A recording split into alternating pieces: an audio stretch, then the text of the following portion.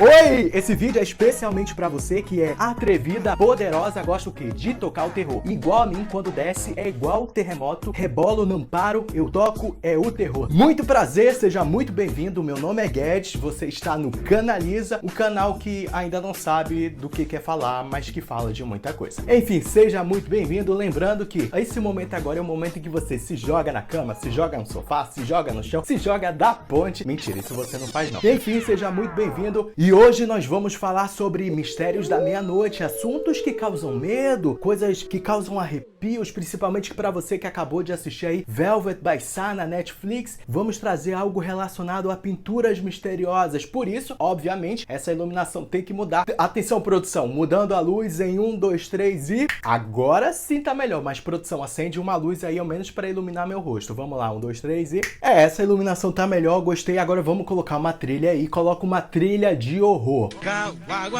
Não, peraí, eu falei uma trilha de horror, não uma música horrorosa. Troca por uma música assim, quando a gente ouve, causa medo. Não, agora você tá mexendo com drogas pesadas, produção. Eu quero uma música que cause medo, que cause arrepio. Uma trilha de filme de horror que cause muito suspense, muito medo. Agora sim tá no padrão que eu quero. Agora a gente tá preparado. E hoje eu te convido a conhecer a lenda da pintura do menino chorando. Uma lenda que envolve muitos mistérios, envolve mortes, sangue e dor. Por isso, segura na mão de Deus e vem comigo que hoje você vai se arrepiar. Você, sim, você já conheceu, já ouviu falar sobre a lenda do quadro Menino Chorando? Essa lenda que começou nos anos 70, ficou muito forte nos anos 80 e teve até uma certa repercussão nos anos 90. Ela está retomando agora fortemente, principalmente depois do filme da Netflix Velvet by Sun. Essa lenda ela conta a história do quadro, na verdade uma série de quadros intitulados Meninos Chorando. No original, Gypsy Boys. Boys, garotos, Gypsy, ciganos. Lembrando que essa lenda vem da Europa. Vamos lá então. Essa lenda começa nos anos 70, quando um artista italiano, mais precisamente de Veneza, chamado Giovanni Brangolin, ele resolve sair da Itália, se muda para a Espanha e começa a pintar essa série de quadros intitulado Menino Chorando. Lembrando que na verdade o seu nome era Bruno Amandio. Giovanni Brangolin era como ele assinava artisticamente, o que é comum do mundo das artes. Mas enfim, Giovanni Brangolin, ou Bruno Amandio, ele começa a retratar essa série de crianças chorando. E eu lembro que na minha infância eu tinha esse quadro no meu quarto e nem sabia do perigo que eu estava correndo, mas eu lembro do medo que eu sentia olhando essas pinturas. E o que tinha nessas pinturas que causam todo esse mito, toda essa repercussão? As lendas em cima dessa pintura são 5 no totais. São 5 histórias populares, 5 mitos, 5 lendas, mas também 5 histórias macabras e que podem ter, no fundo, até sua verdade. A primeira lenda que ganhou muita popularidade na Itália diz que Giovanni Brangolin, ou Bruno Amandio, ele retratava na verdade a primeira pintura principalmente era um retrato do seu filho. Só que você deve estar pensando, que bonito retratar o seu filho numa pintura, deve ser algo bonito. Acontece que Giovanni fazia isso de uma forma macabra. Para conseguir o efeito do filho dele chorando, diz a lenda que Giovanni, percebendo que o filho chorava muito quando via o fogo, ele se assustava com o fogo e começava a chorar. O que ele fazia? Riscava fósforos. Fósforos, fósforos. Sim, aquele palito, fósforos.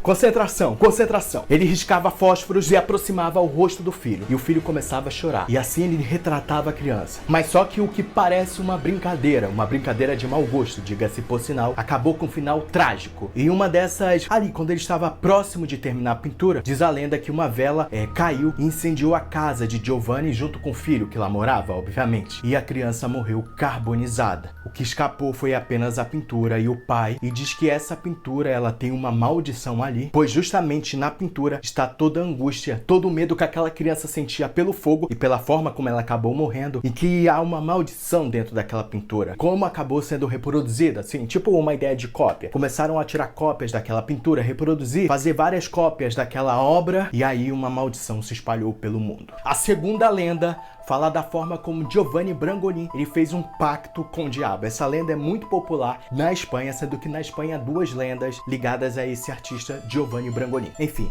Diz que muito infeliz porque ele não conseguia vender nenhum quadro enquanto estava vivo, ele não tinha sucesso como artista, Giovanni fez um pacto com o diabo, mas muito espertamente, ao invés de entregar sua alma ali, o que Giovanni fez? Ele prometeu que cada criança que ele retratasse em seus quadros e que depois vendesse, fizesse sucesso, enfim, essa criança teria sua alma automaticamente entregue ao demônio, ao Satã. E diz a lenda também que essas crianças, assim que eram pintadas, elas acabavam morrendo e que na verdade já mostravam o demônio tomando posse daquelas crianças, daqueles corpos, como vocês podem observar nessas pinturas que eu vou fazer uma narração de fundo babadeira agora. Reparem nessa imagem inocente, aparentemente nada demais.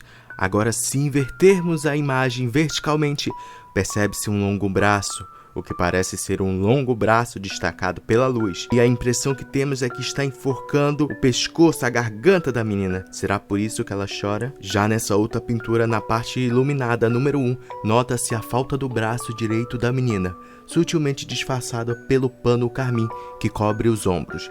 Já na área número 2, percebe-se que o braço da menina deveria ser demasiadamente grande para encontrar-se com seu cotovelo, não é verdade? Agora, se invertermos essa imagem horizontalmente, fica claro e evidente que a anatomia ali está completamente errada do braço esquerdo, o que sugere que é um braço de uma outra pessoa. Já nessa pintura, devido ao inchaço nas bochechas e a cor das pupilas, julga-se que a criança esteja morta.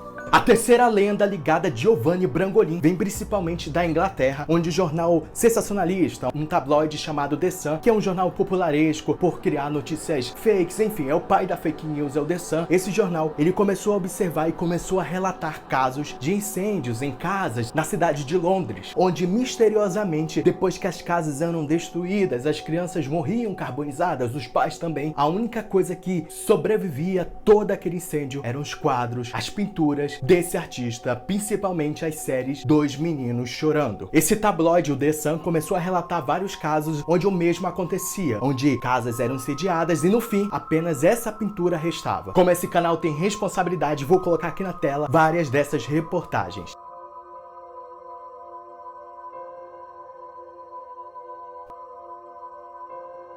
Mas enfim, acontece que o The Sun, ele fez uma campanha forte pedindo para que as pessoas entregassem ou queimassem esses quadros, essas pinturas. Assim, a redação do jornal ficou tomada por pinturas e mais pinturas do Giovanni Brangolin. Até que um dia o jornal resolveu fazer uma grande fogueira com essas pinturas. Convidou que várias pessoas, várias famílias retirassem esses quadros de suas casas e levassem para ser incendiado, que restando até essa figura histórica, mostrando que esse fato realmente aconteceu. Houve realmente o dia em que as pinturas de Giovanni Brangolin foram incendiados em Londres. Olha aí, tá na tela.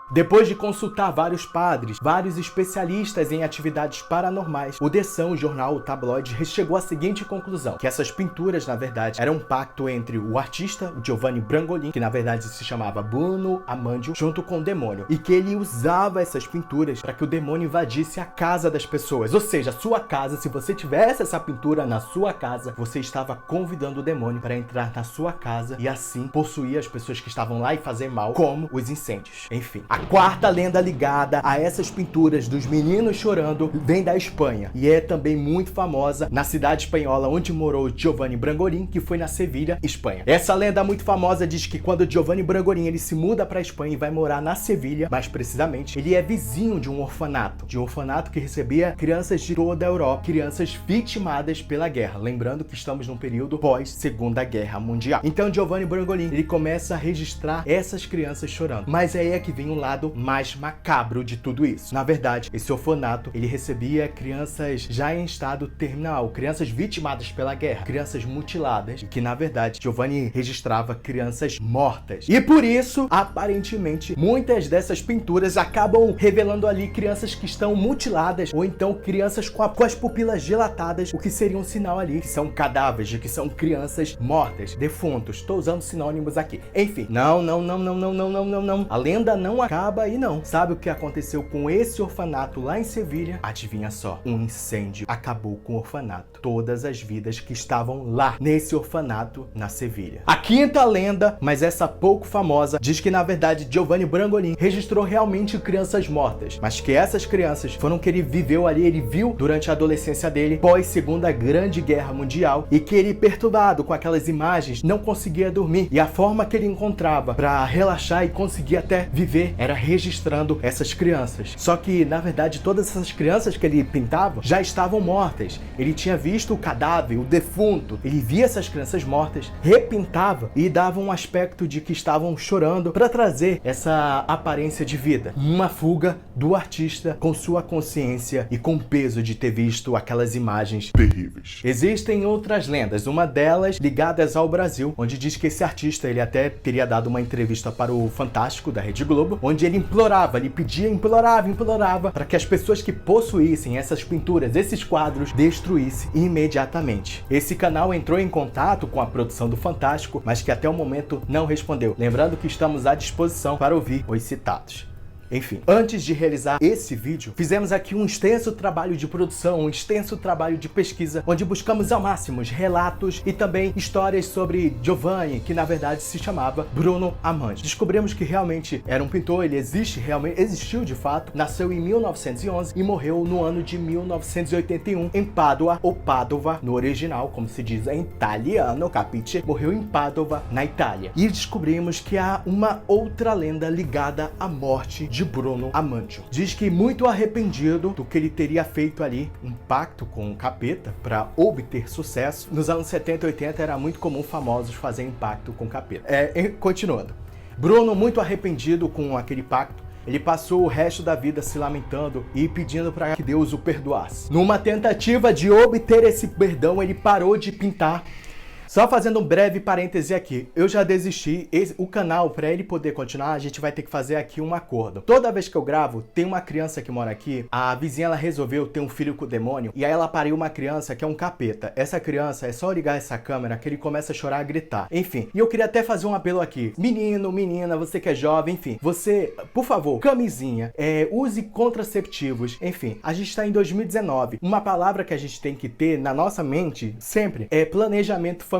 Filho não é igual ir numa loja comprar uma roupa. Você tem que se planejar, você tem que querer bastante e principalmente você tem que ter condições de ter um filho. A vizinha aqui, ela resolveu ter um filho. Obviamente, ela não se planejou porque o nível que essa criança chora, ele deve ter vários problemas. Vai ser uma pessoa que vai... Não tô desejando mal, mas no nível que ele chora, com certeza essa criança tem sérios problemas. E pelo modo que ela trata o filho, com certeza ela também tem sérios problemas. Então, por favor, se planejem antes de ter filho, para evitar mini capetas aí pelo mundo. Ok, vamos continuar a história aqui. Mas retomando a história de Giovanni Brangolin, ou Bruno Amandio, no período ali antes de morrer, numa tentativa de obter um perdão divino, ele fez uma promessa de que nunca mais pintaria, nunca mais tocaria em um pincel, nunca mais faria qualquer pintura, qualquer desenho. E foi o que ele fez, ele parou realmente de pintar e viveu uma vida ali até de comerciante em Pádua, porém, acabou desenvolvendo um câncer, o que levou à sua morte. Antes de morrer, ele fez uma última pintura, essa pintura aí que tá na tela.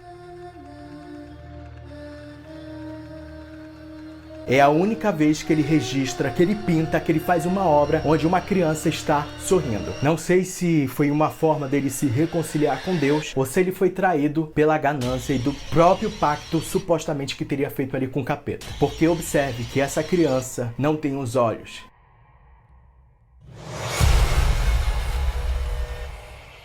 Ela tem um vazio. Será que esse sorriso é apenas uma forma de iludir? Fica o mistério aí.